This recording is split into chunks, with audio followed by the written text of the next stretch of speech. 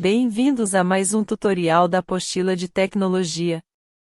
Hoje vamos realizar uma atividade do ensino médio que é os primeiros passos na programação e lógica de programação. Nesse projeto vamos desenvolver um jogo estilo Pong. A plataforma que vamos utilizar para fazer esse jogo é o Scratch. Para acessar, vamos na barra de pesquisa do Google e digitamos scratch.mit.edu. Assim que teclarmos a Enter, iremos ser redirecionados para a página do Scratch. Se vocês ainda não têm conta, cliquem em Inscreva-se.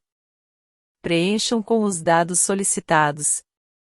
É importante sempre salvar o login e a senha, porque os nossos projetos ficaram salvos nessa conta e precisaremos acessar.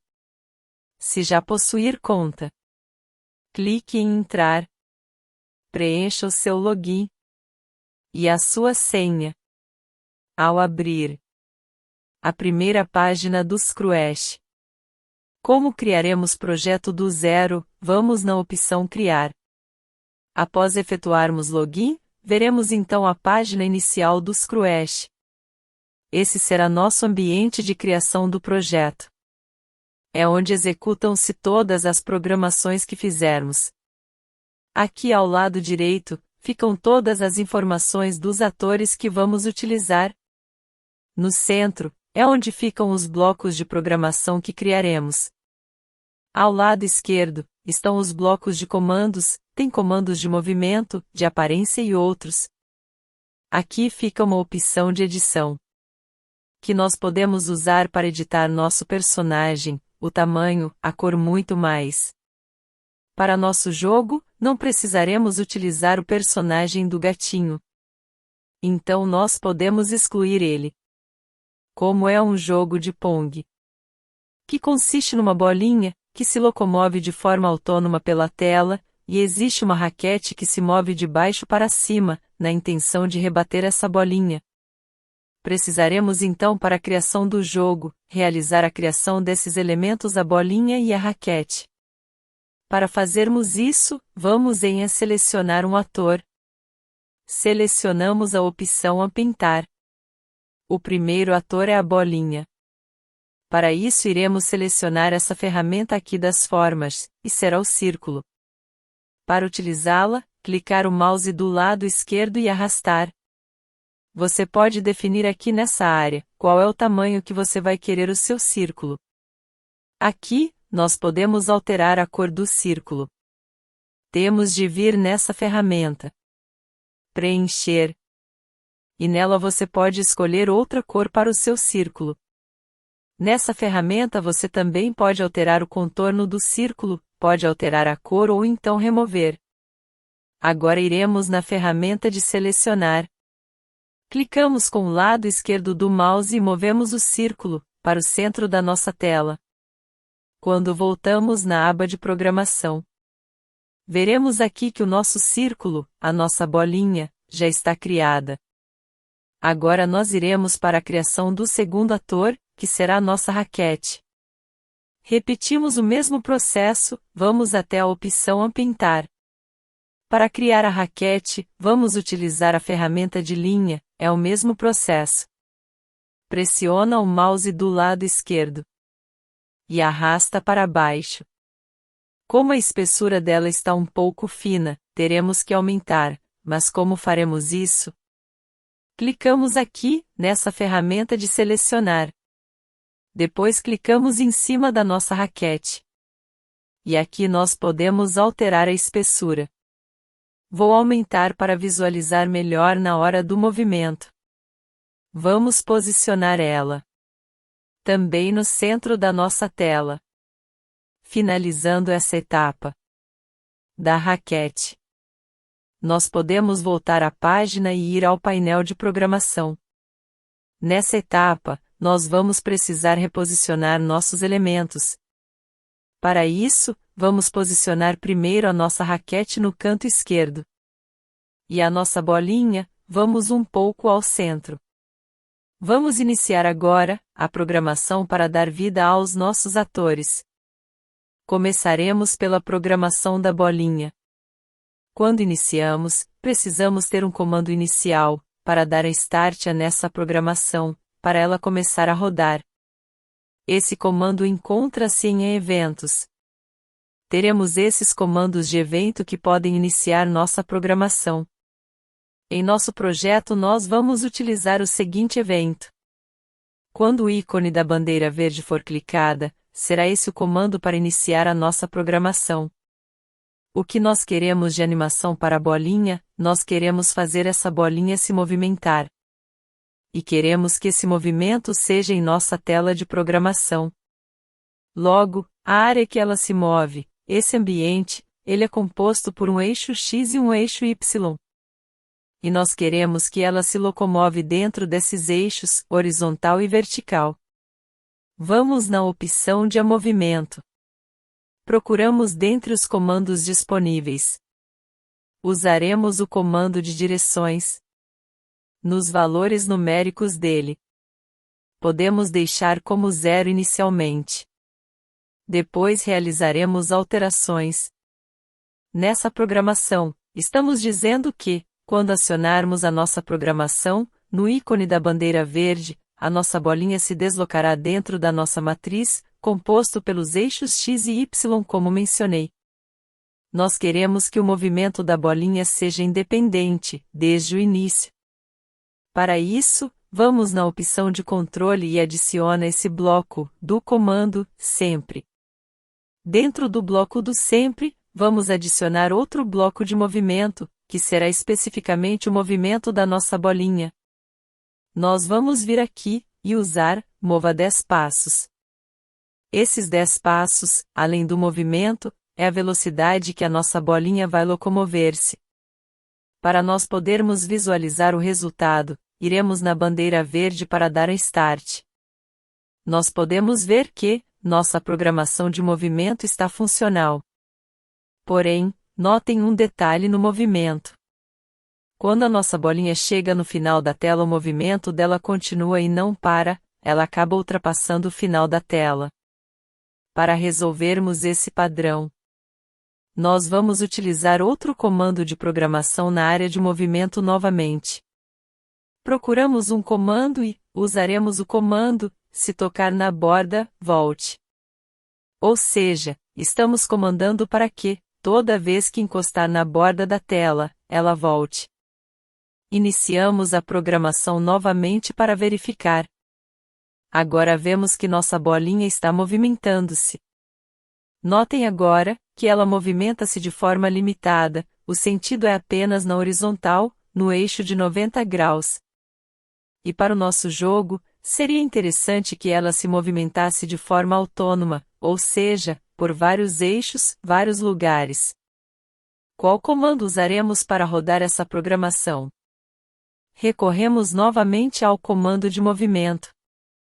E aqui a direção que ela está, adiciona no comando da bolinha. Nós estamos dizendo aqui para a programação, para que ela movimente-se na direção de 90 graus, que ela já está se movimentando. Nós podemos alterar. Se clicar aqui, por exemplo, e colocar para ela se movimentar na opção de 180 graus, ela começa a mover-se na vertical. Para o nosso jogo, nós queremos que a bolinha mova-se de uma forma aleatória. A sugestão aqui é que utilizemos o ângulo de 45 graus. Porque nesse grau os padrões de movimento seguem de forma mais aleatória na tela. Caso queiram, como eu mencionei, que ela mova-se mais rápido, eu posso alterar o valor que está. Posso deixar ela lenta também. Olha só. Ela já move-se de forma alterada, como quisermos.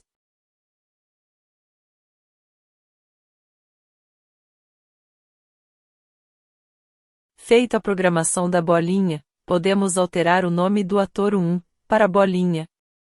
Ou qualquer outro nome que queiram. Para estar identificando. Vamos começar a programação da nossa raquete. Vamos iniciar renomeando o ator 2 também. Vou colocar como minha raquete. Podem notar que a programação aqui, ela zerou. Ou seja, a programação que fizemos ficou salva dentro do personagem. Vamos repetir o passo a passo juntos. Sempre para iniciar uma programação, temos que ter um comando, ok? Vamos utilizar o mesmo comando, iniciar ao clicar na bandeira verde. Nessa etapa, vamos definir a posição inicial da nossa raquete. Ou seja, sempre que iniciarmos o jogo, a nossa raquete começará sempre no mesmo lugar. Aqui é interessante vocês posicionarem.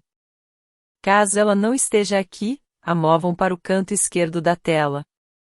No eixo Y, ok? Agora vamos configurar o comando para que sempre que o jogo iniciar, ela comece nessa posição. Vamos na opção dos comandos, vamos usar o movimento, usaremos essa opção dos eixos, com valores em X e Y. O valor correspondente à localização X da nossa raquete, seria menos 226. E como ela está encostada no eixo Y, é 0. Aqui é interessante, que vocês professores façam modificações com os alunos. O valor utilizado nesta aula é apenas uma referência. Configurado a posição inicial da raquete, para sempre que iniciarmos. O nosso próximo passo para nossa raquete, é realizarmos a programação de movimento, ou seja, qual tecla acionada. O computador precisa entender esse comando, e fazer a raquete com que a raquete se movimentar para cima e para baixo. Para que o computador entenda quando a tecla para cima está sendo pressionada e quando a tecla para baixo está sendo pressionada. Nós vamos começar a programação, indo até controles e usamos o comando a sempre. Vamos mostrar ao computador qual é a tecla para cima e qual é a tecla para baixo, para que ele execute nosso comando perfeitamente. Selecionamos então o comando, na aba Controle. Sempre. Ainda na aba de controles, nós vamos adicionar a ele mais um elemento, que irá compor a programação das teclas. E para adicionar a ele, usaremos essa variável. Se. Então, após essa etapa, nós vamos em Sensores. Vamos procurar algo compatível. Está vendo? Tecla espaço pressionada. Vamos utilizar esse comando. Arrastamos ele para dentro da nossa variável. E aqui, nós não queremos utilizar a tecla espaço em nosso jogo. Vamos utilizar as teclas para cima e para baixo. Realizamos a alteração para as teclas que queremos. A primeira que iremos programar, será a tecla para cima. Toda vez que a seta para cima for pressionada, o que terá de acontecer? A nossa raquete vai ter que movimentar-se no eixo Y. Para isso, vamos adicionar um comando de movimento. Nós queremos que mova-se apenas no eixo Y. Usaremos então, este comando do eixo. Toda vez que eu apertar a tecla para cima, observem que a programação já rodou. A raquete está movimentando-se. E toda vez que eu reinicio o jogo, paro ele e inicio novamente, ela volta para o campo inicial aqui do centro, que nós já havíamos programado. Vamos realizar essa mesma programação para nossa raquete também poder ir para baixo. Seguiremos as etapas da programação anterior. Novamente vamos nos controles e selecionamos a opção. Se, então. Vamos nos sensores para completar a variável. Seleciona a opção da tecla pressionada. Agora alteramos para a tecla para baixo, pois não usaremos o espaço.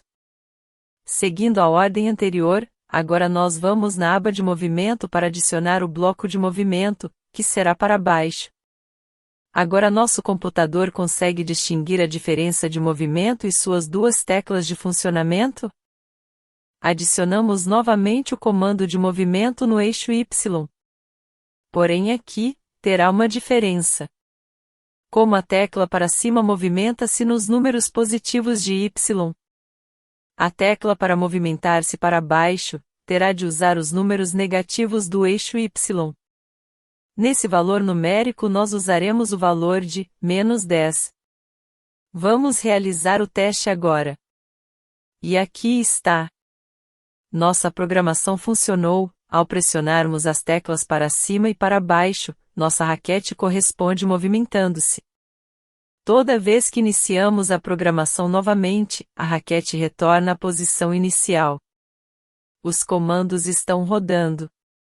Porém, se nós observamos a bolinha, sempre ao entrar em contato com a raquete, ela acaba ultrapassando a mesma. E também, o movimento da bolinha, ele está muito previsível. Ela move-se de forma linear. O que nós podemos programar, para que o jogo fique mais interessante? Menos previsível? Nós vamos programar para que a bolinha, ao entrar em contato com a raquete, inverta a sua posição de movimento. Ou seja, ao chocar-se com a raquete ela irá inverter sua direção. Isso irá acrescentar mais aleatoriedade ao jogo, ele ficará menos previsível, mais difícil e divertido. Para realizarmos isso, vamos novamente na programação da bolinha. Será através dessa variável que nosso computador entenderá o comando que, quando a bolinha bater na raquete, ela inverta o eixo de rotação. E como faremos isso afinal? Nós vamos utilizar o comando para ler uma multiplicação. Nós vamos multiplicar a posição atual da bolinha por -0. Nós vamos na aba de controles e procuramos a nossa variável a ser utilizada. Ela será a variável ANSI. Então, esse comando dirá respeito à nossa raquete, ou seja, quando a bolinha tocar na raquete. Após nós vamos em sensores, e utilizaremos o sensor, tocando ponto em.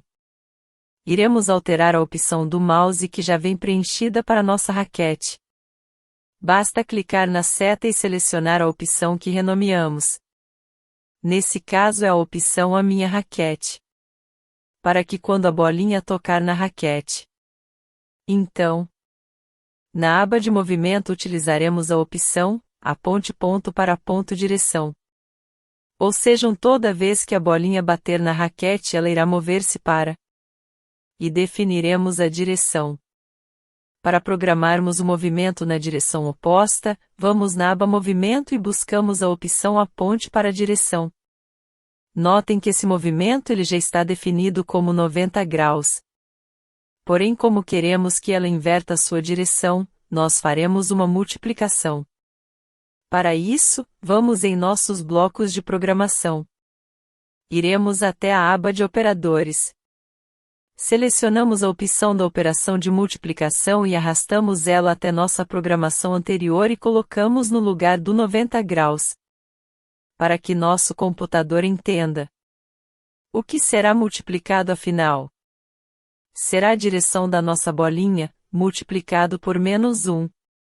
Novamente na opção Movimento. Procuramos a opção de direção, está um pouco mais abaixo, e arrastamos a opção até a posição do primeiro fator da soma, ou seja, será nossa direção. E aqui na segunda área do fator de soma, nós vamos utilizar o número -1. Feito isso, vamos até a bandeira verde, para dar Start e testar nossas alterações. Agora ela não ultrapassa mais a raquete. E também, quando ela bate, ela inverte a posição que movia-se antes, causando uma dificuldade maior para o jogo. Lembrando aqui, que vocês também podem alterar a velocidade, pode alterar a coordenada da raquete e muito mais. Pessoal, nossa programação final é essa. Programamos aqui a raquete, programamos aqui a bolinha, programamos o nosso cenário. O desafio que fica proposto para vocês é justamente estar brincando, porque o universo da programação é infinito, então tem nós fazermos muitas coisas diferentes. Agora, entrem aqui na programação da raquete, mudem a direção dela, mudem a direção do eixo, mudem o tamanho, explorando as possibilidades dessa ferramenta de programação. Espero que tenha ajudado. Até o próximo tutorial.